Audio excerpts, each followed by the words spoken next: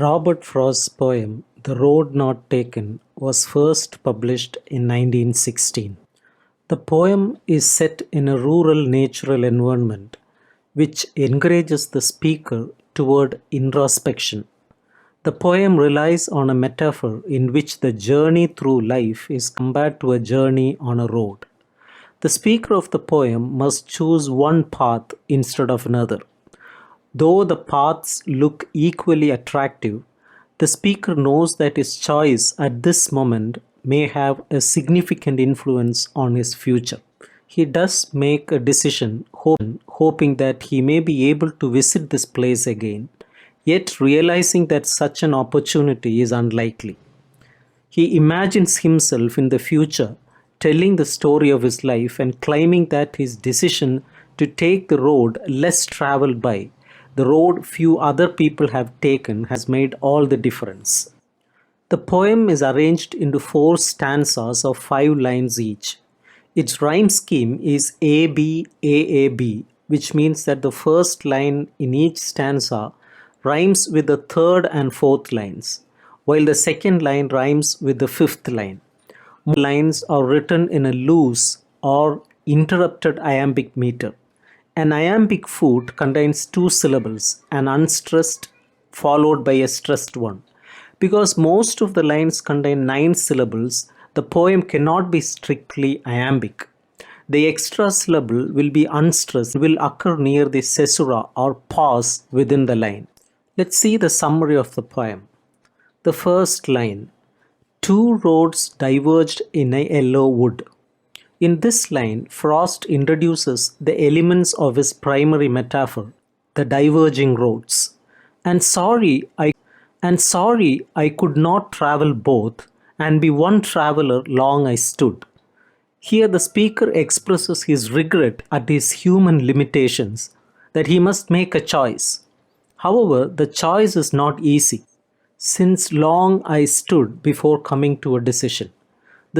The speaker waits for long before coming to a decision, and looked down one as far as I could to where it bent in the undergrowth. Here he examines the path as best he can, but his vision is limited because the path bends and is covered over. Indicate that though the speaker would like to acquire more information, he is prevented from doing so because of the nature of his environment.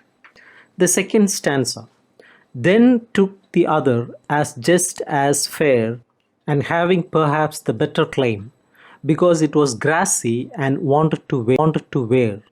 In these lines, the speaker seems to indicate that the second path is a more attractive choice because no one has taken it lately. However, he seems to feel ambivalent, since he also describes the path as just as fair as the first rather than more fair. Though as far that the passing there had warned them really about the same, and both that morning equally lay in leaves no step had trodden black.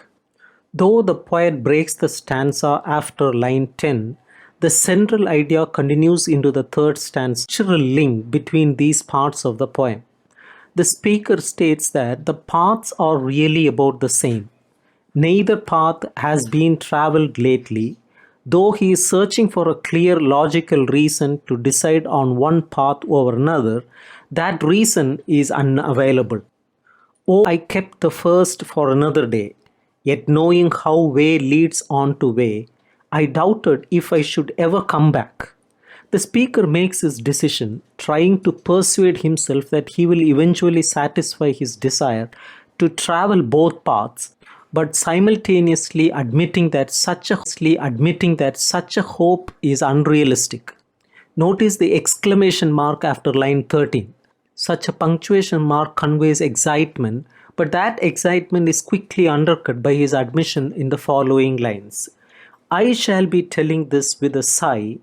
Somewhere ages and ages hence, 2 roads diverged in a wood, and I took the one less traveled by, and that has made all the difference.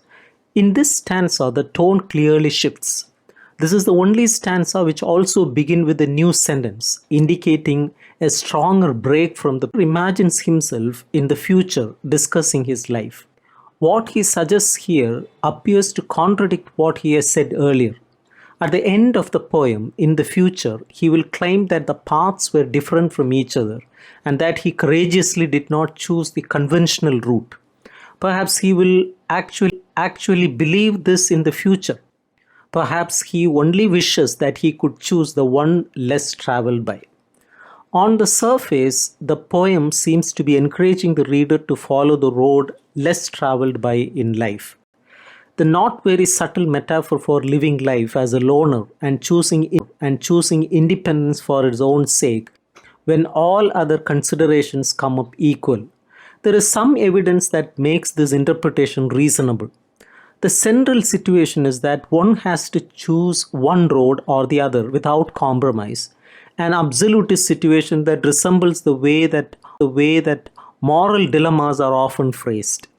Since there is really no distinction made between the roads except that one has been traveled on more than the other, that would be the only basis on which to make a choice.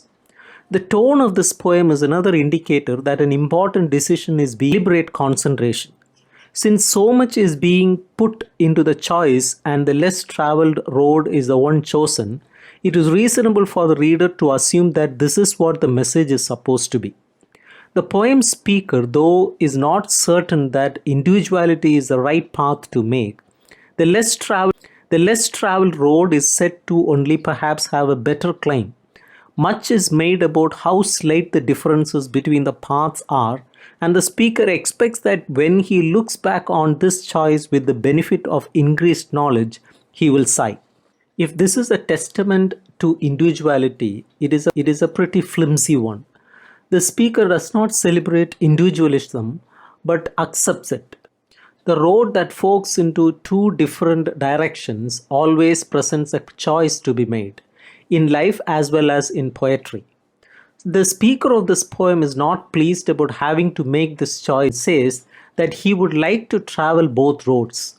This is impossible, of course, if the speaker is going to be one traveler. This raises the philosophical question of identity. What the poem implies but does not state directly is that the most important factor to consider when making a choice is that the course of action chosen should fit in with the decisions that one has made in the past. This speaker is distressed about being faced with two paths that lead in different directions because the wrong choice will lead to a lack of integrity. If there were no such thing as free will, the problem would not be about which choice to make. The decision would make itself. In the vision of another writer, this is exactly what would happen. Another writer faced with same two roads would know without a second thought which one to follow. The speaker of the road not taken is aware of the implications of choosing badly and does not see enough difference between the two roads to make one stand out as the obvious choice. But it is the nature of life that choosing cannot be avoided.